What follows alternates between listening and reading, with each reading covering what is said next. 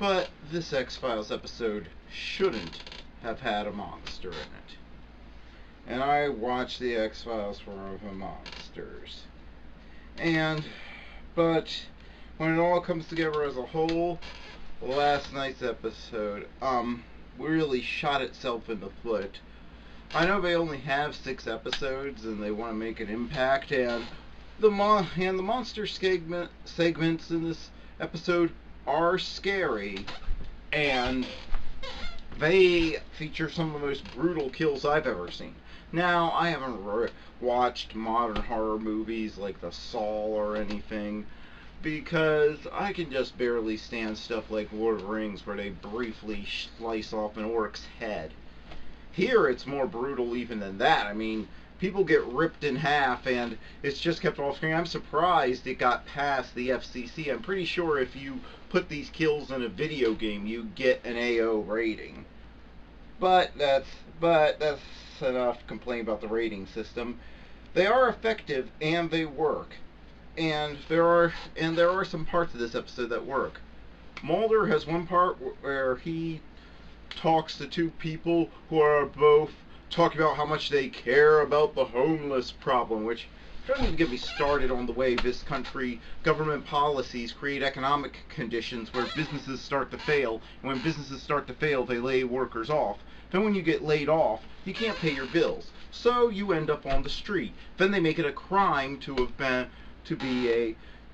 live on the street. So you get arrested for vagrancy. So then you get arrested for vagrancy, and on top of smelling bad so that you have trouble getting a job, you then have a criminal record for vagrancy. So you can't get a job, and it becomes a vicious cycle. That's my big gripe with modern America's economic system, but please don't take that to mean that I'm a communist. There has to be a middle ground here somewhere between communism and capitalism. But anyway, one of my favorite lines in the series is Mulder. He's talking to these 2 people. He says, "I hear you speaking for the homeless, but really you're talking to yourself. But really you're talking for yourself. And I hear you speaking for the homeless, but really you're talking for yourself." And he just like shuts down their debate because he has murders to solve. This is a Scully-centric episode, and that's another thing that makes me so upset that it's weak. Scully is such a strong, interesting character that to give her a weak episode.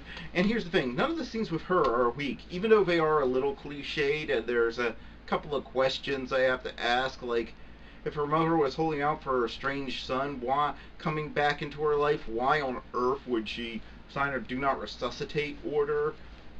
And also, I think originally this was a story where something creepy was going on this hospital ward, because there were like 2 other people who, like in rooms right next to Scully's mother, who also had do not resuscitate orders and are just taken away.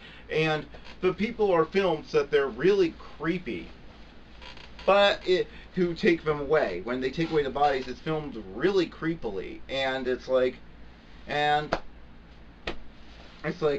Scully's mother getting taken away because she's an organ donor, and don't take this the wrong way. I'm an organ donor. My dad's life was saved by an organ donor, so I have nothing against that.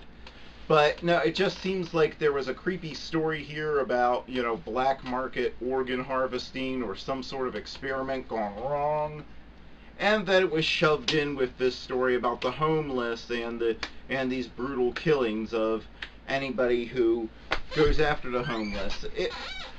I'm avoiding all behind-the-scenes information on this mini-series, so if I'm missing something, please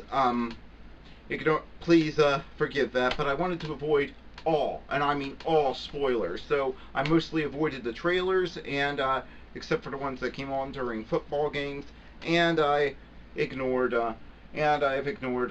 every single thread or Facebook page on the internet that has to do with this. I'll catch up on the behind-the-scenes info after this series is done. But the one thing that somebody did tell me was that this was originally going to be 8 episodes and it was shortened to 6. And I'm wondering if behind the scenes episodes 4 and 5 were like crammed into one episode because they didn't want to lose the ideas in either, but it ends up not serving either of them well. And like for the first half hour, it's actually a solid Scully focused episode, focused on her personal life, and I think it will inform her character if we get another season, which I'm hoping we do, because so much is being set up that could be possible light plot arcs without having to make the mistake of making everything driven by a plot arc. It seems to have found a balance that the X-Files was having trouble with in the later seasons, and it seems to have realized that maybe we should have focused a little more on the fallout of, particularly for Scully, of her giving away her son in the show. You know, they seem to have listened to fans there and gone, yeah, you know what, that probably should have had more of an impact on the character. But yeah, the proof that it's two episodes joined together is like in the last 15 minutes after her mother finally dies, Scully goes, I need to work, I need to work. And that moment, Gillian Anderson, I don't know how to pronounce her name. Some people say it Jillian, but it looks like it's spelled Gillian, and yet that gets mocked sometimes. But I don't know. Gillian Anderson plays it well, so does David Duchovny, and I actually believed it. I was like, okay, makes sense. There isn't anything you can do about this tragedy, so you need to push forward with something else. Okay, that makes sense to me. And you're strongly insisting on it, despite the fact that you're in tears, because otherwise you'll be completely broken down and non-functional. Okay, I get that. But then the next scene, it's like a typical X-Files episode, which makes me think that the monster segments in this episode were filmed as part of a completely different episode, because apart from a couple of lines here and there, it's not really referenced, and the monster doesn't have any sort of satisfying conclusion. We get an explanation for him, which is kind of neat.